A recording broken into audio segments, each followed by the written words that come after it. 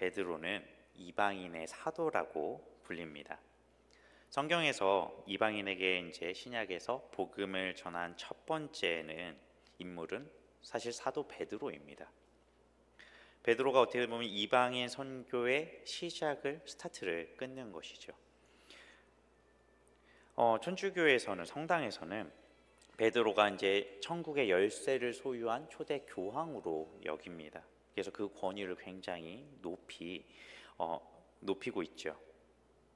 그런데 이 베드로가 문을 열었다라는 것은 이제 유대 땅, 유대인들에게만 복음이 적용되는 것이 아니라 이제 열방으로 모든 민족으로 하나님의 나라의 역사가 복음을 통해 이루어진다라는 것이었습니다. 그래서 이제 이방으로 복음이 전파되면서 열방으로 전파되면서 사용된 큰 인물이 바로 바울이었던 것이죠. 그래서 바울이 이방인의 사도라고 불리게 됩니다. 바울이 이제 사울일 때, 유대교에 있을 때 예수님을 만나기 전의 모습을 우리는 너무나도 잘 알고 있습니다. 예수님을 믿는 그리스도인들을 적대하고 체포하고 심지어 죽이는데도 거리낌이 없던 사람이 바로 이 바울입니다. 예수님을 믿는 사람들을 이단으로 여기고 하나님 앞에 이들을 제재를 하고 심지어 죽이는 것이 거룩한 일이라고 생각했습니다. 이후로 바울은 예수님을 만났고 거듭났습니다. 새롭게 되었죠. 그 방향이 바뀌었습니다. 하지만 사역적으로 유대인들에게 복음을 전할 때는 어땠을까요? 큰 어려움이 된 것이죠. 베드로와 사도들, 신앙의 동역자들이 유대인들에 대한 사역을 하는 것을 양지라고 표현을 한다면 바울은 예수님을 믿는 유대인들, 이 양지에서의 사역이 힘든 여건을 가지고 있었던 것입니다. 하지만 바울은 성경의 증언에 따르면 나면서부터 로마의 시민권자였습니다. 당연히 헬라어에 능통했겠죠. 그러면서도 유대인이고 바리새인으로서 율법을 통달한 사람입니다. 그리고 예수님을 만났고 이제 복음과 말씀에 대해서 온전한 이해를 한 사람이죠. 그렇기 때문에 이 복음과 말씀을 너무나도 잘 이해하게 되었기에 이방인들에게 복음을 온전히 전할 수 있는 인물이 바로 바울이었다라는 것입니다. 하나님께서 그 역사를, 그 구원의 역사를 이루어 가시는데 꼭 필요하고 감당할 수 있는 사람을 하나님께서는 세우신 것입니다. 바울이 14년 만에 예루살렘으로 다시 방문했습니다. 할례에 대한 문제, 즉 구원에 대한 논쟁이 이때도 발생을 한 것 같습니다. 예루살렘을 재방문하기 이전에 14년이라는 간격은 바울의 복음이 지닌 독립성을 강조하고 있습니다. 그는 이전 방문에서 베드로와 15일 정도 함께 있었음을 알 수 있습니다. 또한 그가 만났던 다른 인물은 예수님의 형제인 야고보가 있습니다. 바울은 예루살렘의 사도들에게 자신의 복음을 사실 허락받거나 승인받은 필요가 없습니다. 왜냐하면 이 바울이 갖고 있는 복음은 사도들이 준 것이 아니기 때문입니다. 주님을 통해서 하나님이 알게 하신 것이기 때문이죠. 말씀을 통해 알게 하신 것입니다. 하지만 이 승인이 필요한 것이 아니라 하나님의 계시가 바울을 인도했다라고 오늘 말씀에서 이야기하고 있는 것이죠. 그래서 그 인도를 따라 예루살렘으로 올라간 것입니다.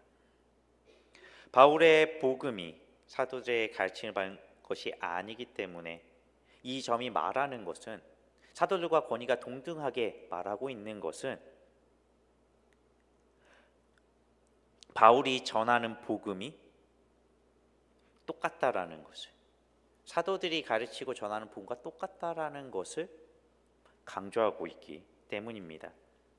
바울과 사도들 모두 하나님께서 그 아들 예수 그리스도를 통해서 알게 하신 복음의 권위 아래 있다라는 사실을 말해주는 것이죠.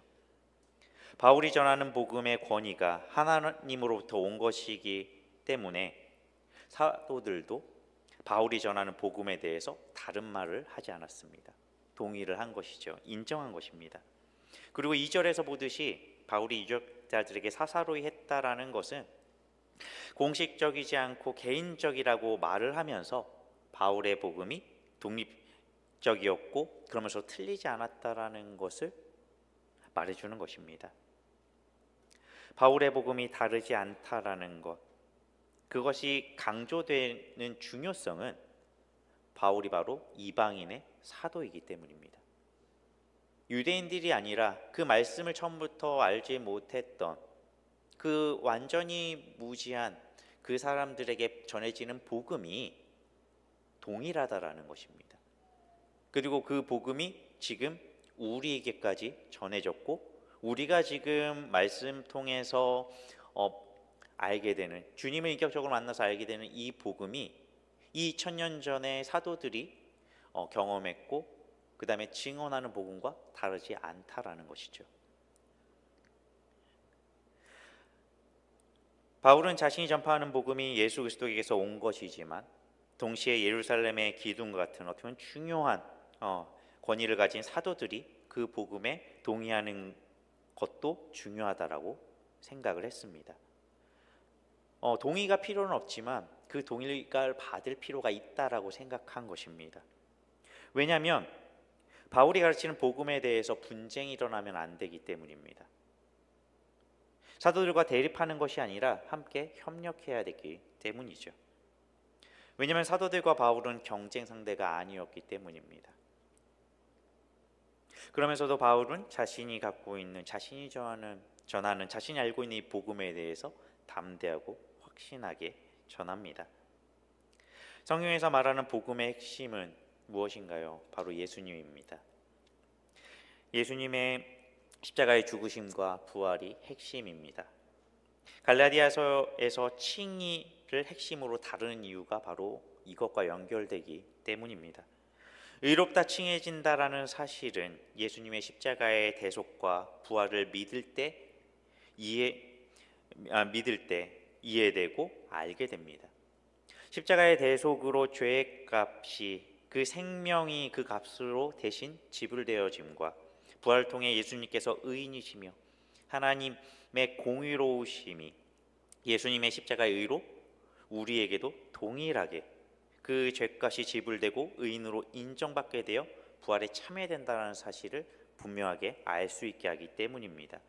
그래서 복음의 핵심인 십자가의 대속과 부활을 이해하지 못한다면, 믿지 못한다면 어떻게 될까요?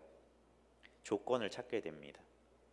조건을 채우기 위해서 아등바등하게 되는 것입니다.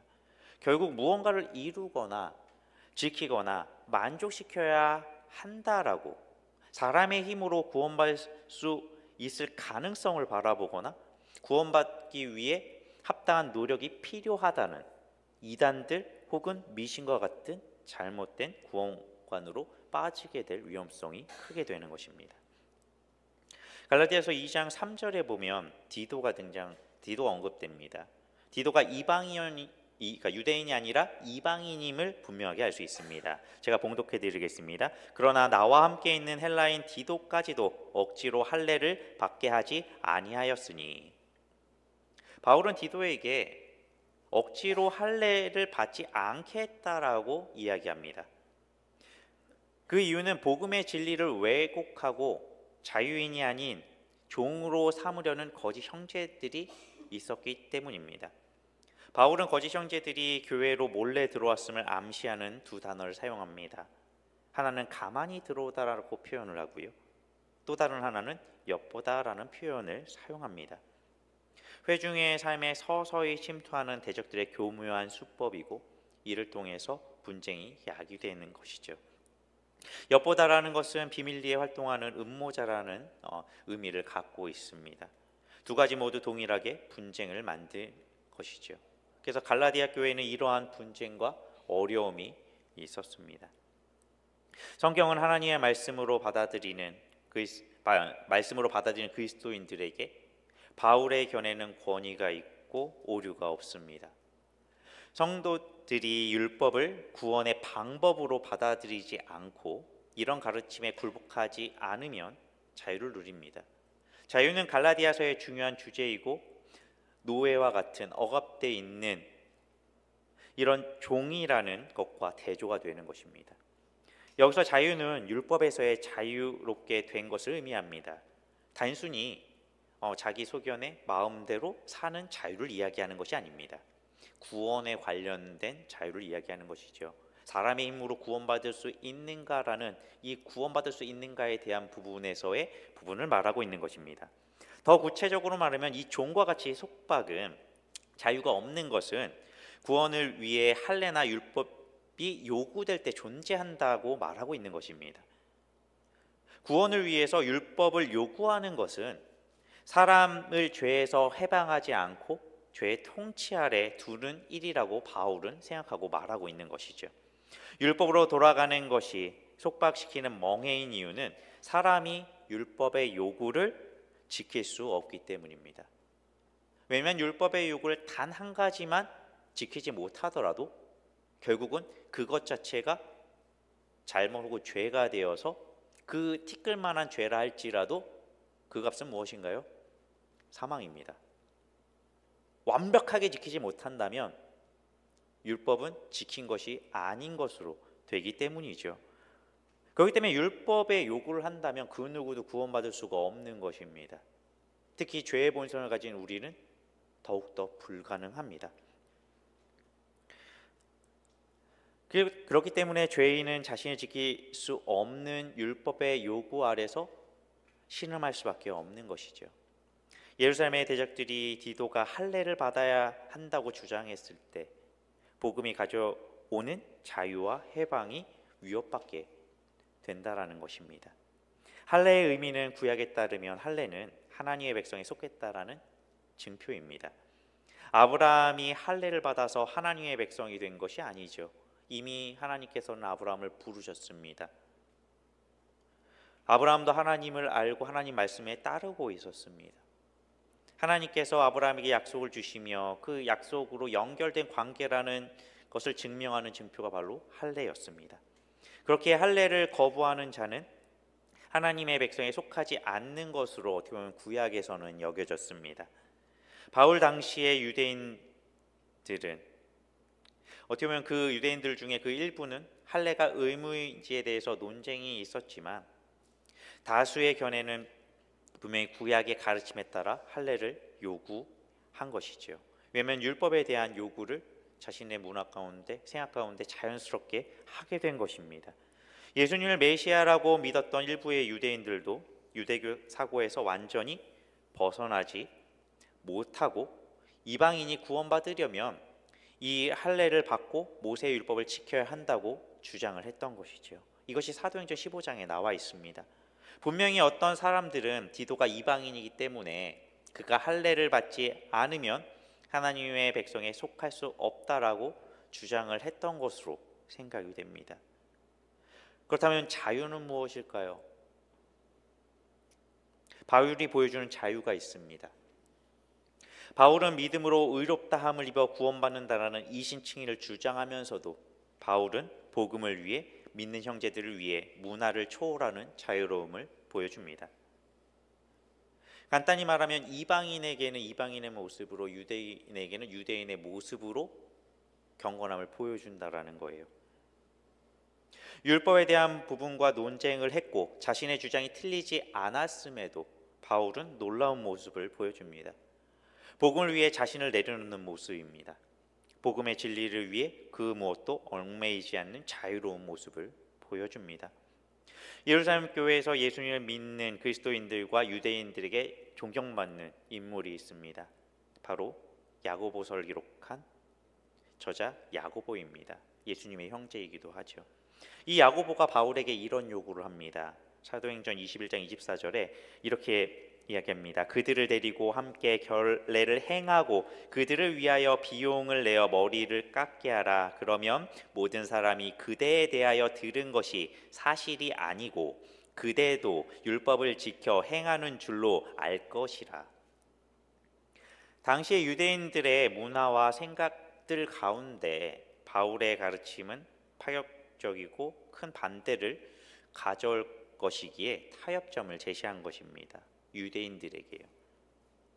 그 이유는 같은 장 20절, 사도행전 21장 20절에서 알 수 있습니다. 그들이 듣고 하나님께 영광을 돌리고 바울더러 이르되 형제여 그대도 보는 바와 같이 유대인 중에 믿는 자가 수만 명이 있으니 다 율법의 열성을 가진 자라. 유대인들 중에 예수님을 믿는 사람들의 숫자가 적지 않다라는 사실을 알 수 있습니다. 수만 명이라고 합니다. 하지만 유대인이기에 예수님을 믿으면서도 율법의 열성을 가졌다라는 사실도 알 수 있죠. 바울을 보호하기 위한 대안이라고 볼 수 있습니다. 문화적인 부분이니까요. 쉽게 깰 수 없는 부분이고 이방인들과는 사정이 다른 사람들이 바로 유대인들입니다.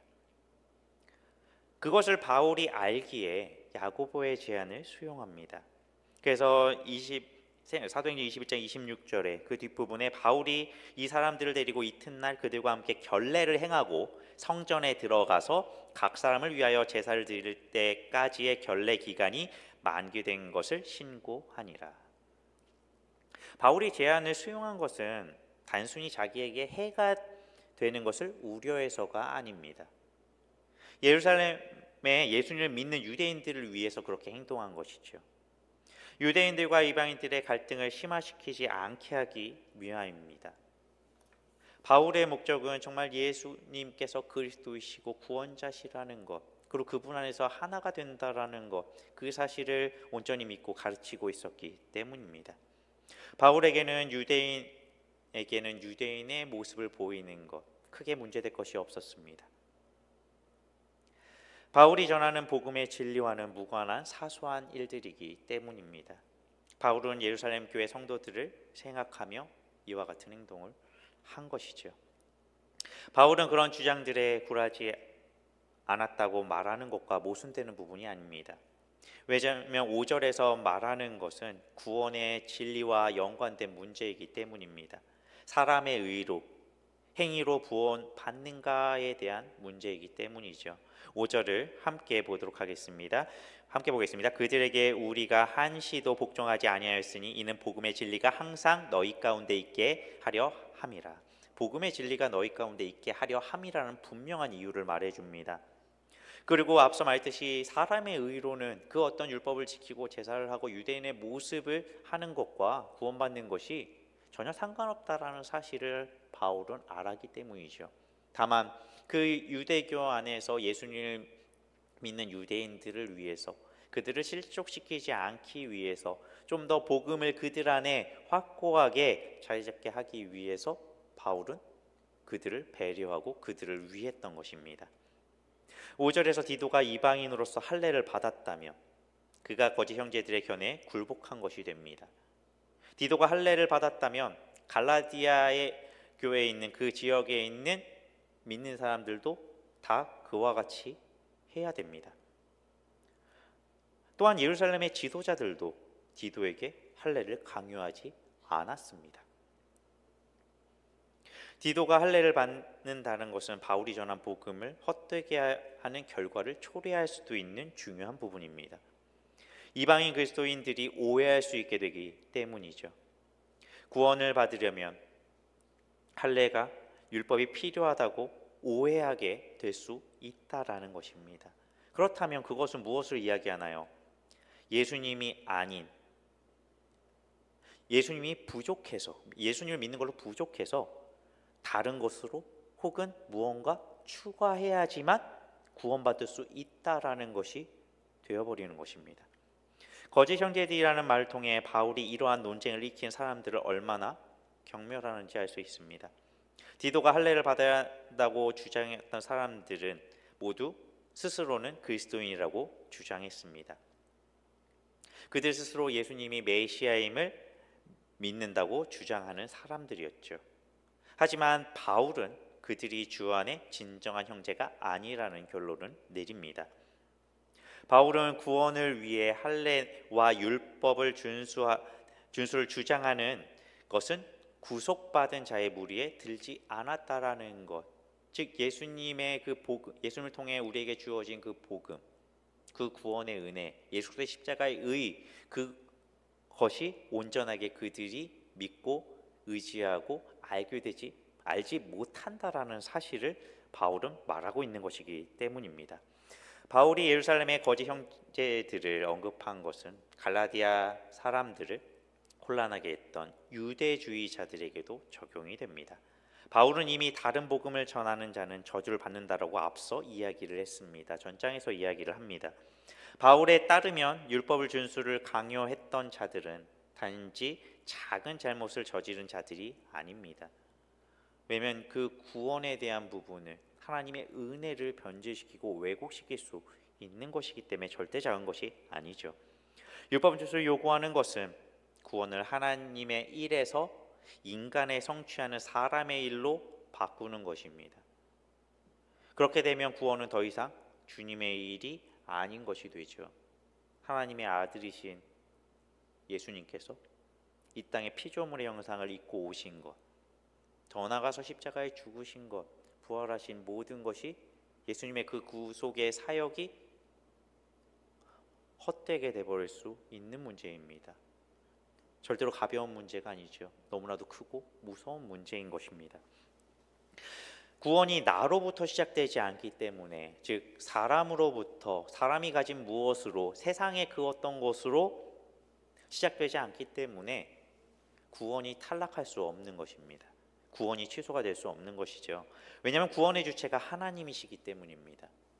우리가 하나님을 붙잡은 것이 아니라 하나님께서 우리를 붙잡으셨습니다.